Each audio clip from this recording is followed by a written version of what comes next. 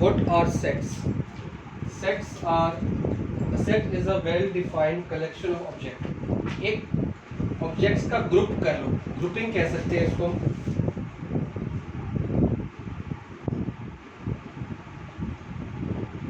कोई बहुत सारी एक जैसी चीजों का ग्रुप करना और उसको एक बेसिस के अंदर डिफाइन करना, that is known as a set. तो डेफिनेशन तो होगी थ्योरेटिकल जो एनसीईआरटी में दी है, but according to mathematical terms हम इसको कैसे डिफाइन कर सकते हैं। अगर आप बोलोगे set is a well defined collection of objects, तो सर क्या हुआ, मतलब ये तो कुछ समझ ही नहीं आया। तो सेट क्या होता है? एक ग्रुप ऑफ नंबर्स या ग्रुप ऑफ एलिमेंट्स या ग्रुप ऑफ ऑब्जेक्ट्स जिसके वेल डिफाइंड मतलब वो एक जैसे होने चाहिए, बिल्कुल प्रॉपर, उसका डेफिनेशन एक ही होनी चाहिए। फॉर एग्जाम्पल ले लेते हैं प्राइम नंबर्स फ्रॉम 1 to 20। तो कितने प्राइम नंबर्स है 1 to 20? हमको पता है 2, 3, 5, 7, 11, 13 एंड 19। अब ये तो फिक्स है ना, ये वेल डिफाइंड है कि प्राइम नंबर्स 1 से लेके 20 तक इतने ही हैं।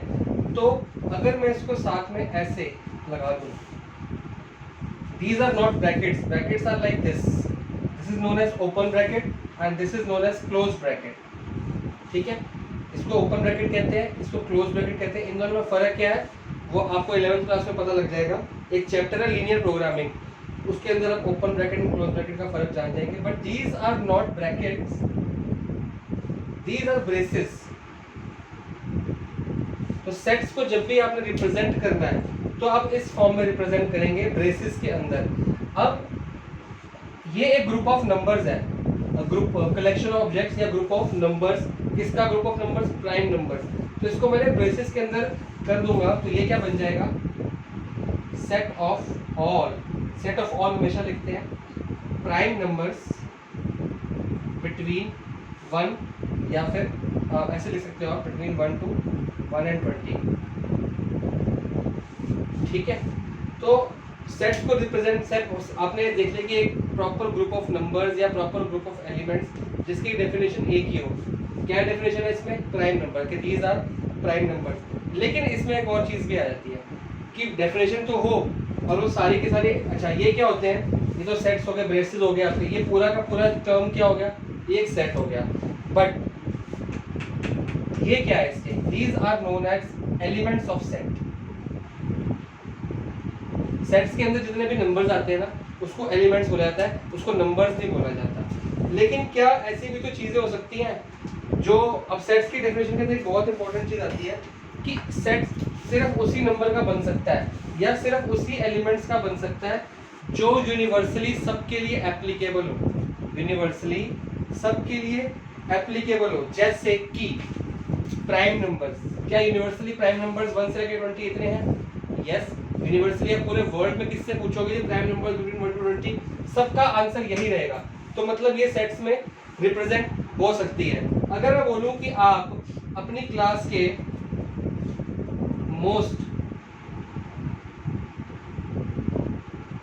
टॉकेटिव स्टूडेंट्स का नाम लिखो, ठीक है, तो आप लिख दोगे सर हमारे क्लास के 5 टॉकेटिव स्टूडेंट्स हैं, एक का नाम टी है, एक का नाम यू है, एक का नाम पी है, एक का नाम एस है, एक का नाम एम है।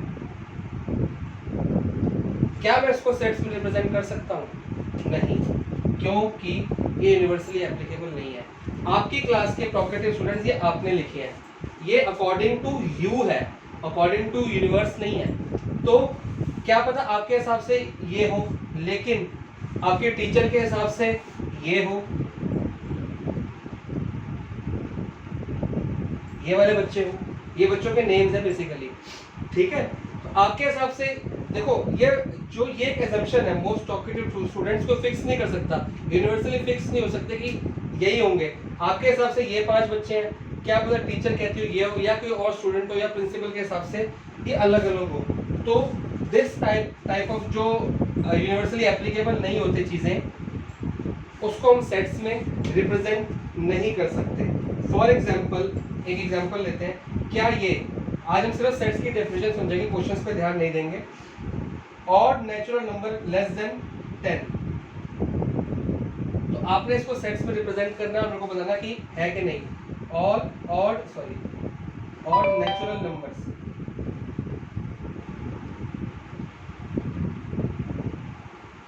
लेस देन 10, 10 से कम नेचुरल नंबर्स कितने होंगे? 1 2 3 4 5 6 7 8 एंड 9, क्योंकि 10 से लेस 10 इंक्लूड नहीं होगा। तो क्या ये सिर्फ मेरे लिए है कि पूरी वर्ल्ड के लिए फिक्स है? तो ये पूरी यूनिवर्स के लिए लेस देन 10 नेचुरल नंबर्स। आपको नेचुरल नंबर्स पता है तो ठीक है, वरना अभी मैं आफ्टर अ सेकंड बताता हूँ कि व्हाट आर नेचुरल नंबर्स। तो ये होते हैं 1 से लेके 9 हो गए, आगे इंक्रीज होते रहते हैं। तो ये सबके लिए फिक्स है। तो yes, these can be represented in sets. तो ये सेट्स में रिप्रेजेंट किए जा सकते हैं। रिवर्स ऑफ इंडिया, ये आपके एनसीईआरटी के फर्स्ट पेज पे दिए हुए हैं एग्जांपल्स। रिवर्स ऑफ इंडिया, अब जो इंडिया की रिवर्स हैं, गंगा, यमुना, ब्रह्मपुत्र, सतलुज, तो जितनी भी है वो तो फिक्स है ना। वो मेरे हिसाब से हो या एक अमेरिकन के हिसाब से हो या ऑस्ट्रेलियन के हिसाब से हो, दीज आर फिक्स। वो कभी बढ़ नहीं सकती, कभी कम नहीं सकती, जितनी है उतनी है। तो yes, this can be represented in sets. और ले लेते हैं वॉवल्स। वॉवल्स कितने हैं? ए, ई, आई, ओ एंड यू। ये मेरे लिए है, आपके लिए अलग है, पूरे वर्ल्ड के लिए अलग है? जी नहीं, ये पूरे वर्ल्ड के लिए फिक्स्ड है। तो जब जो चीज फिक्स्ड है सबके लिए, that can be represented in the set. तो इसी तरह से और भी कोई क्वेश्चंस हैं वो हम समझ लेते हैं कि क्या वो सेट्स में आते हैं कि नहीं आते। जैसे कि एग्जांपल देता हूं मैं आपको। अब एग्जांपल कह रहा हूं, एक्सरसाइज 1.1 निकाल लीजिए इस वीडियो को पॉज करके and see the question number 1। Question number 1 में बताना है कि जस्टिफाई आंसर एंड टेल कि ये वो है सेट्स है कि नहीं है। सो फर्स्ट है collection of all the months of a year beginning with letter J, कि जे लेटर से स्टार्ट बिगिन होने वाले मंथ्स ऑफ द ईयर। तो सबसे पहला हम लिखेंगे जनवरी, फेब, मार्च, अप्रैल, मई, जून, जुलाई, अगस्त, सितंबर, अक्टूबर, नवंबर, दिसंबर। तो मतलब ये 3 आते हैं। तो ये मेरे लिए अलग है, बाकी सबके लिए अलग है, सबके लिए सेम, पूरे वर्ल्ड के लिए यही होते हैं। तो yes, these can be represented in sets. तो इसको आप लिख सकते हैं जस्टिफाई करके एज दीज आर कॉमन या logical for whole the world universe and these are fixed, they are permanent, they can not be change. So ये हो जाते हैं। अब इसी का सेकंड पॉइंट देख लो, आपको क्लियर हो जाएगा। वो क्या कहता है? The collection of 10 most talented writers of India. तो 10 most talented writers of India. India में क्या 10 ही टैलेंटेड राइटर्स हैं? हजारों होंगे। मेरे हिसाब से चेतन भगत आ जाएगा, मुंशी प्रेमचंद आ जाएगा, और भी बड़े सारे आ जाएंगे। तो मैंने अपने 10 नाम लिख दिए, ठीक है। लेकिन आप कहते हो सर मेरे हिसाब से जो आपका थर्ड नेम है वो इसमें एप्लीकेबल नहीं है, वो इतना टैलेंटेड नहीं है, उससे टैलेंटेड तो मैं आपको नाम बताता हूँ, वो ये है। तो मेरे हिसाब से कोई और है, आपके हिसाब से कोई और है, उसके हिसाब से कोई और है। हर बंदे के अपने अपने एजम्पशन है। जिसको वो टैलेंटेड समझता है वो उसका नाम यहाँ पे लिख देगा, जिसको वो नहीं समझता वो नाम यही नहीं लिखेगा। तो this can not B represented in sets, क्योंकि ये हर बंदे के लिए अलग अलग है। द मोस्ट टैलेंटेड इंडिया के जो है वो हर बंदे के लिए अलग अलग रहेंगे। A team of 11 best cricket batsman of the world, world's best cricket batsman की टीम बनानी है। कितने बंदों की? 11 बैट्समैन जो वर्ल्ड के लिए बेस्ट है। अगेन वही बात है, मैं तो लिख दूंगा कि ये है, आप मेरे से एग्री कर भी सकते हो, एग्री नहीं भी कर सकते हो। यू कैन से सर मेरे को तो नहीं लगता कि इसमें से 4-5 नाम मेरे को लग रहे हैं कि वो बेस्ट नहीं है, उनसे और भी बेटर है जो इसमें आ सकते हैं, तो मैं उनको बेस्ट नहीं मान सकता। तो this can not B represented in sets, क्योंकि ये हर एक बंदे के लिए अलग अलग देखो, जो मोस्ट आता है या बेस्ट आता है, तो ये सब चीजें होती है ना, हर एक बंदे के लिए अलग अलग होती है। फोर्थ पॉइंट है जी, the collection of all boys in your class. आपकी क्लासरूम के अंदर कितने बॉयज हैं? अब आपकी क्लास के अंदर जितने बॉयज हैं वो उतने ही रहेंगे, वो चेंज नहीं हो सकते। मान लो आपके क्लास की वेटेज है 42 और उसमें बॉयज हैं आपके 23 एंड रेस्ट आर गर्ल्स। अगर बॉयज 23 है तो वो 23 ही रहेंगे। मेरे लिए 23 है, आपके लिए भी 23 है, प्रिंसिपल के लिए भी 23 है, पूरे वर्ल्ड के लिए आपकी क्लासरूम के बॉयज और उनके नाम सेम ही रहेंगे पूरा साल, वो चेंज नहीं होंगे। तो yes, this can be represented in the form of set. आपने ऐसा नहीं लिखना, आपने सिर्फ ये वाला पोर्शन लिखना है कि yes and why no and why. जो इसका यस का आंसर रहेगा वो सब सारे यस पे एप्लीकेबल होगा, जो आपके नो का आंसर होगा वो आपके सारे नो पे एप्लीकेबल होगा। तो मेरा बेसिक जो मोटिव था आपको एक्सरसाइज स्टार्ट कराना नहीं था, सेट्स का मतलब समझाना था कि सेट को सिर्फ हम उन्हीं चीज़ों के लिए अप्लाई कर सकते हैं that are permanent, fixed, rigid and applicable to whole universe. वो आपके लिए अलग एज्यूम करके एंड किसी और के लिए पर्सन टू पर्सन जो वेरी नहीं की जाएंगी चीज़ें वो सेट्स में इंक्लूड करी जाती हैं, और जो पर्सन टू पर्सन वेरी की जाती हैं वो सेट्स में इंक्लूड नहीं होती।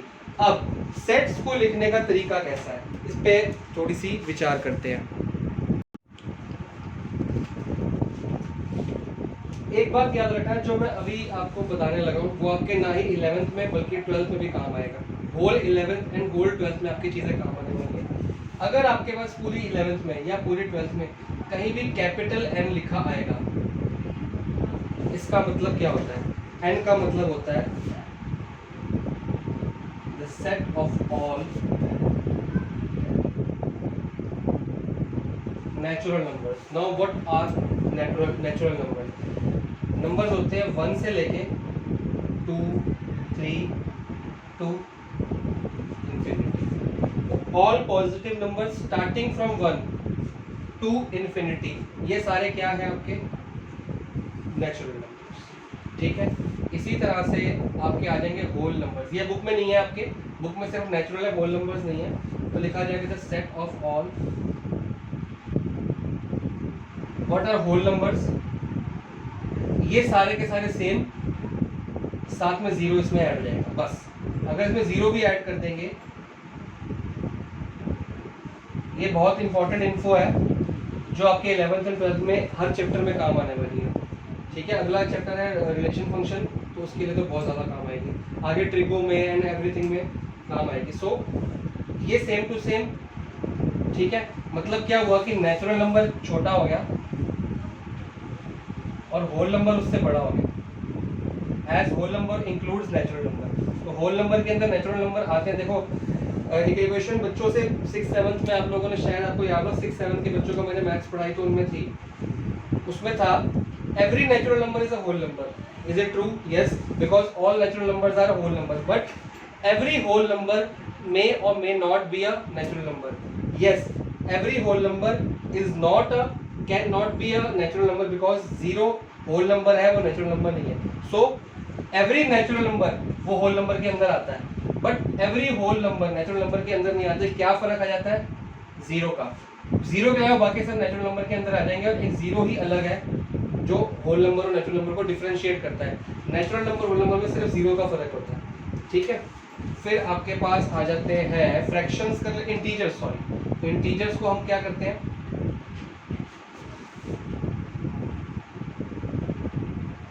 इंटीजर्स, अब इंटीजर्स क्या है? सॉरी आई लिख दिया, जेड लिखते हैं इसको। ये मैथमेटिकल इनके वो सिंबल्स हैं। देखो इसमें आएगा आपका -5, -4, -3, -2, -1, 0, 1, 2, 3, 4 एंड सो ऑन। तो ये भी इन्फिनिटी तक जाएगा और इधर भी माइनस इन्फिनिटी तक जाएगा। इधर left hand side minus infinity, right hand side. तो देखो इतना पोर्शन क्या हुआ? Natural number. इतना पोर्शन क्या हुआ? Whole number. ये क्या हो गया? इंटीजर्स। मतलब integers includes natural numbers and also whole numbers. तो यहाँ पे इंटीजर्स लिख दिया हमने। ये आपकी बुक में कहीं भी नहीं इन्फो, लेकिन ये बहुत यूजफुल है। तो इंटीजर्स में आपके नेगेटिव एंड पॉजिटिव जो नंबर लाइन आप लोग बनाते हो ना, जो आप ये कोऑर्डिनेट ज्योमेट्री पढ़ के आए हो, तो ये वाली लाइन जो होती है, ये वाली पूरी लाइन, ये इंटीजर्स की लाइन होती है। ठीक है जी। अच्छा, इसके बाद real numbers, the most important thing. Real numbers आते हैं all set of all numbers. इसमें सब नंबर आ जाते हैं, सब, हर तरह का नंबर आ जाएगा। अगर कोई भी मैथमेटिकल फॉर्म का नंबर है तो वो रियल नंबर में आ जाता है। सिर्फ एक चीज नहीं आती, देखो क्या नहीं आता। अच्छा, आप इसको रिवाइंड करके देख लेना। अगर आपको रिवाइंड करना यूट्यूब पे आता है, इट्स वेरी गुड। अगर नहीं आता तो आपकी यूट्यूब की स्क्रीन पे डबल टैप लेफ्ट साइड करेंगे रिवाइंड होगा, डबल टैप राइट साइड करेंगे तो फॉरवर्ड होगा, ऐसे करेंगे डबल टैप तो रिवाइंड फॉरवर्ड, ठीक है ना। और 10 सेकंड्स का आप लोग चेंज करते हो, 20 सेकंड 30 सेकंड कुछ भी आप उसको मैनुअली एडजस्ट कर सकते हो। सो क्या मैं कहाँ पे था, हाँ रियल नंबर। रियल नंबर के अंदर क्या आ जाएगा, नेचुरल नंबर आ जाएंगे, इंटीजर्स आ जाएंगे, होल नंबर आ जाएंगे, एक रैशनल नंबर भी आते हैं, इसको हम क्यू कहते हैं। क्यू क्या होता है, ये रह गया था पहले, all rational numbers. Rational numbers होते हैं फ्रैक्शंस बेसिकली, जो p अपॉन q की फॉर्म में होते हैं, and where q is not equal to 0। q equal to 0 होगा तो इन्फिनिटी आ जाएगा, नोटिफाइड होगा, क्योंकि डिनोमिनेटर 0 नहीं हो सकता कभी भी, 10th में सीखा है आपने। तो ऑल रैशनल नंबर्स, अब रैशनल नंबर्स के अंदर भी दो होते हैं, देखो एक होते हैं, आपने पढ़ा था 10th में चैप्टर नंबर 1 रियल नंबर्स में, रैशनल एंड इररेशनल नंबर। अच्छा सॉरी, ये तो हो गया रैशनल। इररेशनल के अंदर दो तरह के नंबर होते हैं, एक होते हैं नॉन टर्मिनेटिंग रिपीटिंग, एक होता है नॉन टर्मिनेटिंग नॉन रिपीटिंग। तो जो नॉन टर्मिनेटिंग नॉन रिपीटिंग होते हैं ना, वो रियल नंबर में नहीं आते। तो बेसिकली रियल नंबर के अंदर क्यू भी आ जाता है, लेकिन क्यू मैं यहाँ पे लिख भी सकता, क्योंकि इसमें यहाँ पे क्यू के लिए कोई एप्लीकेबल जगह नहीं है। तो आप लोग फिलहाल याद रखो, n हो गया नेचुरल नंबर, w हो गया होल नंबर, z हो गया इंटीजर, r हो गया ऑल नंबर्स, हर तरह के all real numbers. Real numbers में सारे नंबर आ जाएंगे एक्सेप्ट इररेशनल नंबर। जो इररेशनल होते हैं ना, वो इसमें नहीं आते। लेकिन इररेशनल के अंदर भी कैटेगरी होती है नॉन टर्मिनेटिंग नॉन रिपीटिंग, जो आपने 10th में चैप्टर नंबर 1 किया था, नॉन टर्मिनेटिंग नॉन रिपीटिंग जो ऐसा नंबर होता है।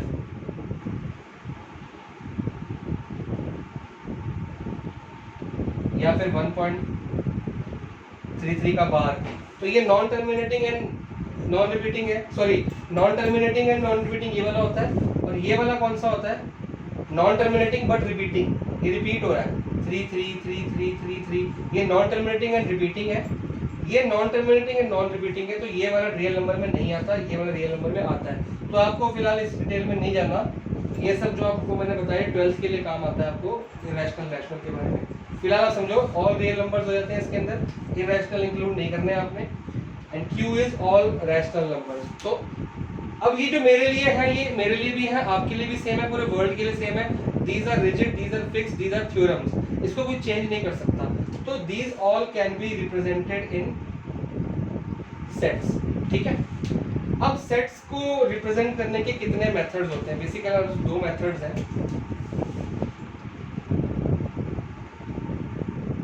एक होती है सेट बिल्डर फॉर्म,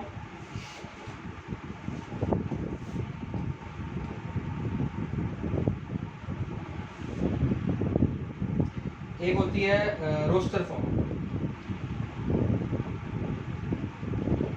तो हमारे पास दो फॉर्म्स हैं।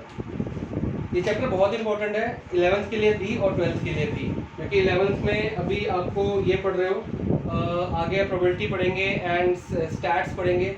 तो अगर सेट समझ आएगा तो प्रोबेबिलिटी स्टैट्स भी समझ आ जाएगी, सेट समझ नहीं आएगा तो वो दो चैप्टर भी मतलब आपके कूड़े में चले जाएंगे। तो set builder form and roster form, तो पहले हम इन्हीं के ऊपर चर्चा करते हैं। आप लोग प्लीज़ को नोट करो, मैं रब करने लगा हूँ।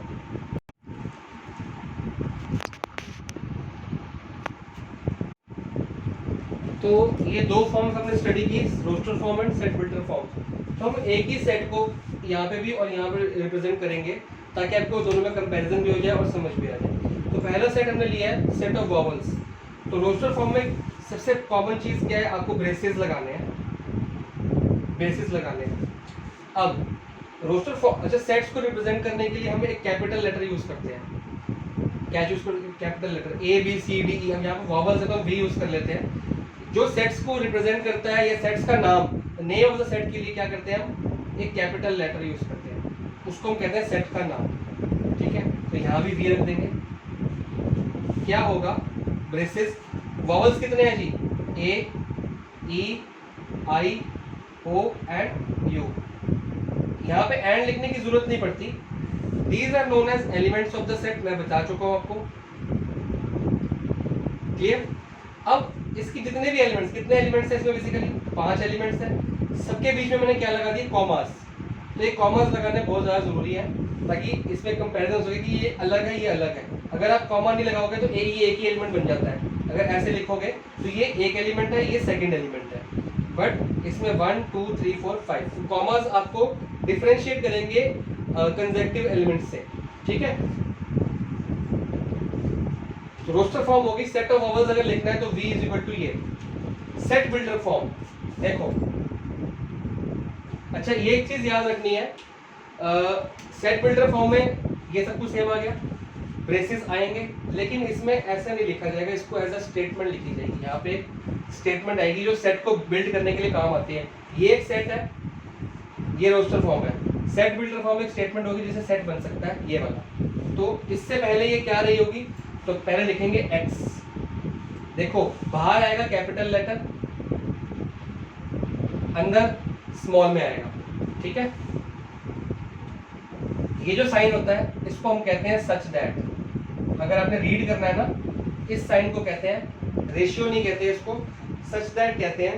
x is such that x is a set of all. ये सेट ऑफ ऑल जो वर्ड है ना, ये आपने जरूर लिखना है, ये हमेशा लिखना है आपने, सेट ऑफ ऑल। अब इसमें क्या है, वॉवल्स।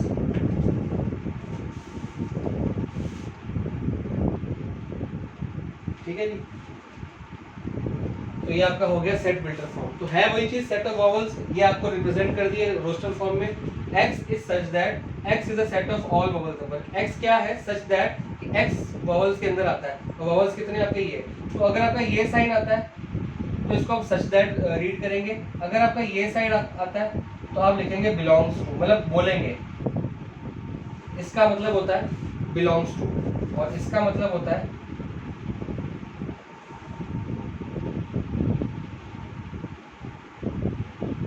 Belongs to. बेसिकली ये मैथमेटिकल सिंबल्स हैं जो आप लोगों ने यूज करने हैं।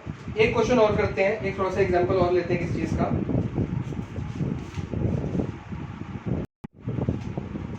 एक और एग्जांपल लेते हैं, set of all natural numbers that divide. ऐसे नेचुरल नंबर्स बताओ जो 42 को डिवाइड करते हैं। तो इसको a मान लेते हैं, ठीक है, क्योंकि n नहीं ले सकते। n हमको पता है, n क्या होता है, set of all natural numbers. तो यहाँ पे ऑल नेचुरल नंबर्स नहीं बोला, सिर्फ उतने नेचुरल नंबर लिखने हैं दैट डिवाइड्स 42। तो a बेसिस 42 के फैक्टर्स कितने हैं, देखो 1 2 4 5 6, तो 3 से भी जाता होगा। अच्छा 42 4 से तो नहीं जाता, 5 से भी नहीं जाता, 6 से जाता है, 7 में भी आता है, 8 में नहीं आता, 9 में नहीं आता, 10 में नहीं आता। तो कितने हो गए, 6 7 14 21 एंड 42। तो बचे कुछ हैं 14 कितने गए, 21 एंड 42। टाइम वेस्ट नहीं करते हैं, ठीक है। These are the all natural numbers that divides 42। अब इसको सेट बिल्डर फॉर्म में लिखना है, तो वही a ले लेंगे, एक स्मॉल लेटर कोई भी ले लो, x y z कुछ भी ले लो, p q r s, लेकिन small, such that x is a natural number that divide या which divides 42। खत्म। तो यहाँ पे आपकी स्टेटमेंट आ गई, यहाँ पे आपका रिजल्ट आ गया। तो ये दो फॉर्म्स हैं। अब स्टार्ट करते हैं कुछ एग्जांपल्स। बहुत ही सिंपल एक्सरसाइज है, बहुत बेकार सी छोटी सी एक्सरसाइज है, बट क्वेश्चंस सिलेबस में तो आएंगे। मैं इसको रब करता हूँ, इसको नोट कर लो। These were examples. मैं अब जो बुक के रियल एग्जांपल्स हैं वो शुरू करते हैं। तो ये एग्जांपल बुक आपकी बुक में दिया हुआ है। यू हैव टू राइट या रिप्रेजेंट या प्रेजेंट द सॉल्यूशन सेट। इस इक्वेशन का सॉल्यूशन सेट बताना है इन roster form.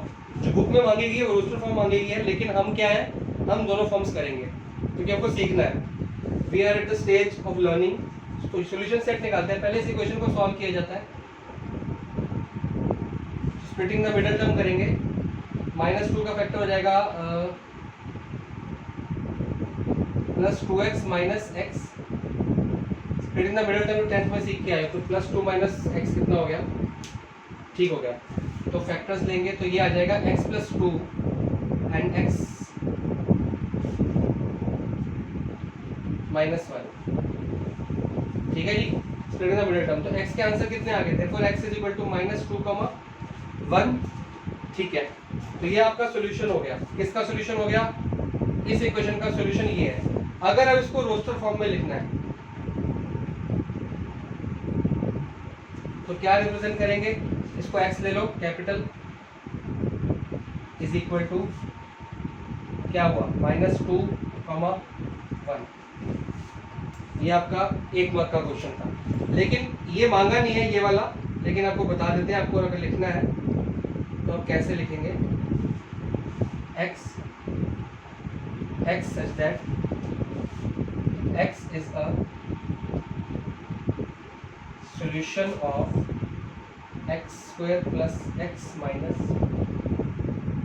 2 is equal to 0। ये आपकी क्या आ गई? Set builder form as a statement and proper result as a roster form. तो रिजल्ट से रोस्टर फॉर्म, सेट बिल्डर से एज एन इक्वेशन। अगला एग्जांपल करते हैं। एग्जांपल 2 है, ये आपको एक सेट बिल्डर फॉर्म में सेट बना हुआ है। This is a set already in set builder form. इसको आपने प्रेजेंट करना है रोस्टर फॉर्म में। तो x, इसको रीड कैसे करते हैं? x is such that x is a positive integer and x square is less than 40। कि x तो एक पॉजिटिव इंटीजर है। पॉजिटिव इंटीजर मतलब कहाँ से स्टार्ट होगा? ये 1, 2, 3 एंड कहाँ तक जाएगा? इन्फिनिटी। तो मतलब मैं सेट बना दूं उसका पॉजिटिव इंटीजर, तो ये हो गया। बट एक और कंडीशन दी हुई है कि x स्क्वायर, अगर मैं इनका स्क्वायर करूंगा, x square is less than 40, मतलब x is a positive integer, ये पॉजिटिव इंटीजर्स की लाइन शुरू हो गई, and x square is less than 40। तो देखते हैं कि अगर मैं इनका स्क्वायर करूंगा ये x स्क्वायर हो जाएगा। लेस देन 40 कितने आते हैं? तो 1 का स्क्वायर 1, 2 का स्क्वायर 4, 3 का स्क्वायर 4 का स्क्वायर, 5 का स्क्वायर 6 का स्क्वायर, 7 का स्क्वायर 42, ग्रेटर देन 40 हो गया। तो हमको लेस देन 40 बोला गया, तो ये हो गए स्क्वायर। ये तो हो गया x स्क्वायर, और इसके x क्या हुए? कहाँ तक? 4, 5 एंड 6। यही हुआ ना, 1 का स्क्वायर, 2 का स्क्वायर, 6 का स्क्वायर x। तो हमने सेट इसका बनाना है कि इसका बनाना है? तो ये बच्चे बहुत बड़ी गलती करते हैं। सर हमने देख लिया था x स्क्वायर तो लेस देन 40, तो ये हो गया x स्क्वायर, तो हम तो यहाँ पे ब्रेसेस डाल के आ गए जी। तो क्वेश्चन हो गया गलत। क्यों? क्योंकि सेट जो है वो x का बनाना है। x बहुत इंपॉर्टेंट है। जितना ये इजी चैप्टर है उतने बच्चों के मार्क्स भी करते हैं, क्योंकि जिन बच्चों की इंग्लिश वीक होती है ना, या जिनकी जो फोकस करते हैं, कंसंट्रेशन कम होती है, तो ये ध्यान से सुनते नहीं है या ध्यान से देखते नहीं कि x का बनाना था कि x स्क्वायर का। तो सेट बनाना है x का, because x is a positive integer. ये सारा x है पॉजिटिव इंटीजर, जिसका मैं स्क्वायर करता हूँ तो 40 से लेस आना चाहिए। इन सब नंबर्स का अगर मैं स्क्वायर करूंगा तो 40 से लेस आना चाहिए। तो ये नेचुरल नंबर्स है, ये कंडीशन है कि इसके आगे नहीं लेने, क्योंकि लेस देन 40 चाहिए मेरे को स्क्वायर। तो ये वाले सेट नेचुरल नंबर जिनका स्क्वायर लेस देन 40 आता है, तो इसका आंसर आ गया 1, 2, 3, 4, 5, 6। और इसको आप सॉल्व करके दिखा भी सकते हो कि x यहाँ तक है और x स्क्वायर ये तो लेस देन 40 है। जस्टिफाई करने के लिए आप लिख भी सकते हो। वैसे तो ऐसे क्वेश्चन 1 मार्क्स में आते हैं, जस्टिफिकेशन वो नहीं मांगते। करते हैं कुछ और क्वेश्चंस, ट्राई करते हैं। एग्जाम्पल नंबर 3 है, दिस इज गिवन। ये एक रोस्टर फॉर्म में सेट बनाया हुआ है 1, 4, 9, 6 एंड 25। इसको हमने सेट बिल्डर फॉर्म में या मतलब इस फॉर्म में कन्वर्ट करना है। तो क्या चीज़ है, ध्यान से देखो। a is equal to x such that, x है क्या? x इज अ क्या? ये square of all natural numbers.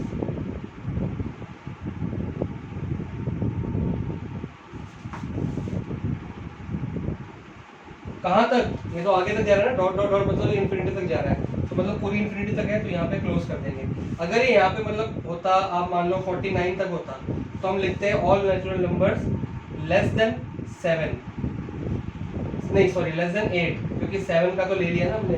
अगर ये 49 पे एंड हो जाता, फाइनाइट होता, तो x is a square of all natural numbers less than 8। 8 क्यों? क्योंकि 8 का स्क्वायर होता है 64 और 64 यहाँ पे नहीं आ रहा, तो लेस देन 8 मतलब 7 तक। लेकिन इसमें कुछ भी नहीं, डॉट डॉट डॉट है, तो इसको हम नहीं रिप्रेजेंट करेंगे। सीधा ऑल नेचुरल नंबर्स मतलब ये सारे नेचुरल नंबर्स का स्क्वायर है। अब इसमें और इसमें फर्क, मैंने इसको रब इसलिए के साथ फर्क सोचो, इसमें कहा था कि x पॉजिटिव इंटीजर है and x square is less than 40, तो मतलब सेट ये कंडीशन है, ये सेट के लिए रूल्स है। यहाँ पे कोई कंडीशन नहीं है, ये ऑलरेडी सेट बना हुआ है, तो यही सिर्फ रूल है और यही कंडीशन है। तो x is the square of all natural number, मतलब x क्या है, x ऑलरेडी देखो x is a positive integer, मतलब x एक इंटीजर है 1 2 3 4 5, यहाँ पे x इज अ स्क्वायर, फर्क आ गया, x is a square and x is a positive integer, तो यहाँ 1 2 3 4 5 लिया, यहाँ पे x ऑलरेडी एक स्क्वायर है, तो ये squares of all natural number है, इसलिए हमने यहाँ पे 1 एंड 2 एंड 3 जब ये सब नहीं लिया, क्योंकि x is a square and x is a positive integer. तो जैसे जैसे इंफॉर्मेशन आपको दी जाएगी आपको वैसे वैसे उस पर रिलाय करना है। अच्छा, राइट द सेट, एक अगला भी दिया हुआ है, सॉरी इसको ब्रैकेट लगा दिया, ये बहुत कंफ्यूजन रहती है, बच्चे ब्रैकेट लगाते हैं 1, 2, 2, 3, ऐसा क्वेश्चन आप लोग उसमें करके आए हो अगर आपको याद हो सीक्वेंस सीरीज में, मिसलेनियस में। अच्छा आगे नहीं है, तो ये कौन सी फॉर्म है, ऑलरेडी ये रोस्टर फॉर्म में है, अब इसको किस में कन्वर्ट करना है हमने, इस फॉर्म में, मतलब इक्वेशन में, मतलब सेट बिल्डर फॉर्म में। तो ये क्या है बेसिकली, देखो मैंने आपको सीक्वेंस सीरीज में एक चीज सिखाई थी कि अगर मैं इस nth टर्म निकालना चाहूँ तो nth टर्म तो ये है, तो ये है क्या, अगर मैं 1 को ले लूँ n, ये a1 है, ये a2 है, ये a3 है, अगर मैं n1 को ले लूँ n, तो नीचे क्या आ गया n+1, ये nth टर्म होगी। अगर मैं a1 पुट करता हूँ तो 1/2 आ जाएगा, n की जगह 2 पुट कर रहा हूँ तो 2/3 आ जाएगा, n की जगह 3 पुट करूँगा a3 तो 3/4 आ जाएगा, क्योंकि n/n+1। तो आपने इसकी nth टर्म निकाली n/n+1, मतलब ये उसकी जनरल टर्म, इसको nth टर्म भी कहते हैं, इसको वो भी कहते हैं जनरल टर्म, तो ये जनरल टर्म होगी इसकी। तो x इज सच दैट, अब इसमें क्या होगा,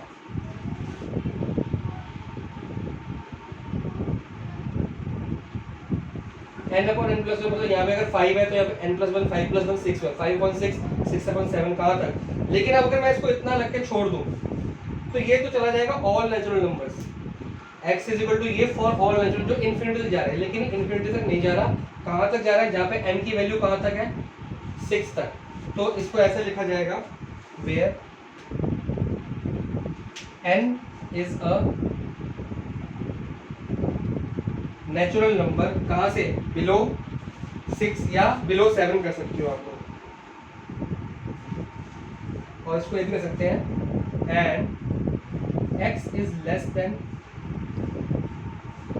7। ये आंसर बुक में अलग है, मेरा अलग है, आप कोई भी फॉलो कर सकते हो। x इज इक्वल टू ये कंडीशन होगी, इसका रिजल्ट हो गया। Where n is a natural number, देखो n क्या नेचुरल नंबर है, बिल्कुल है, 1 2 3 4 आ रहा है।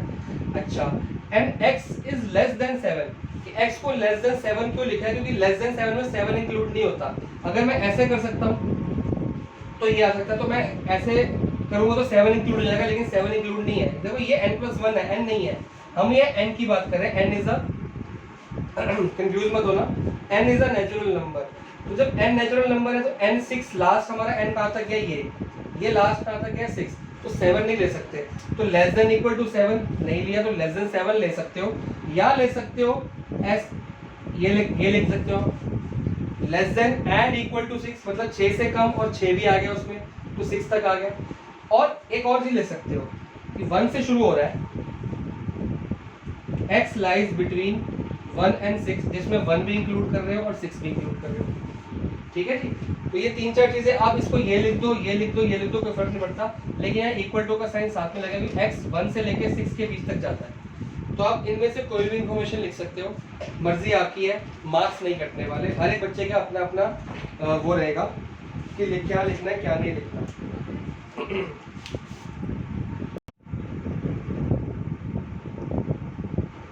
तो आपका मैं होमवर्क देने लगा हूँ। होमवर्क का मतलब ये नहीं है कि आपने अपनी स्कूल की कॉपी में से देख देख के मेरे को होमवर्क करके देना है। होमवर्क का मतलब ये होता है कि आपने खुद समझना है, स्कूल की कॉपी की हेल्प नहीं लेनी, या लीस्ट लेनी है, जब बहुत जरूरी फंस गए वहां पे लेनी है। एग्जाम्पल नंबर 5 रह गया मैनेज द फॉलोइंग है, वो करना है। मैनेज द फॉलोइंग आपके एग्जाम में आते हैं, लास्ट ईयर पैटर्न चेंज हुआ है, ठीक है। एंड होल एक्सरसाइज 1.1 करनी है आपको। इन्हीं सब चीज़ों में बेस है। मेरा कहने का रीज़न ये नहीं है कि मैंने बोल दिया तो आपने 1.1 टेप के मेरे को होमवर्क दिखाना है। होमवर्क करना है सीखने के लिए, मेरे को दिखाने के लिए नहीं करना। तो आपने 1.1 करनी है, जितने क्वेश्चंस आपसे हो रहे हैं वेल एंड गुड। बाकी आप मेरे को डाउट्स देंगे तो अगली एक्सरसाइज, अगली वीडियो भी 1.1 की ही बनाऊंगा मैं, सिर्फ डाउट क्वेश्चंस की बनाऊंगा। 8-10 जितने भी डाउट्स निकलेंगे उसकी प्रॉपर वीडियो बना के I will send it to you. तो टेप टूप के मत कर लेना स्कूल से, जो चीज़ ना समझ आए वो साइड पर रख के सारे डाउट्स मेरे से पूछ लेना आपको। That's all for today.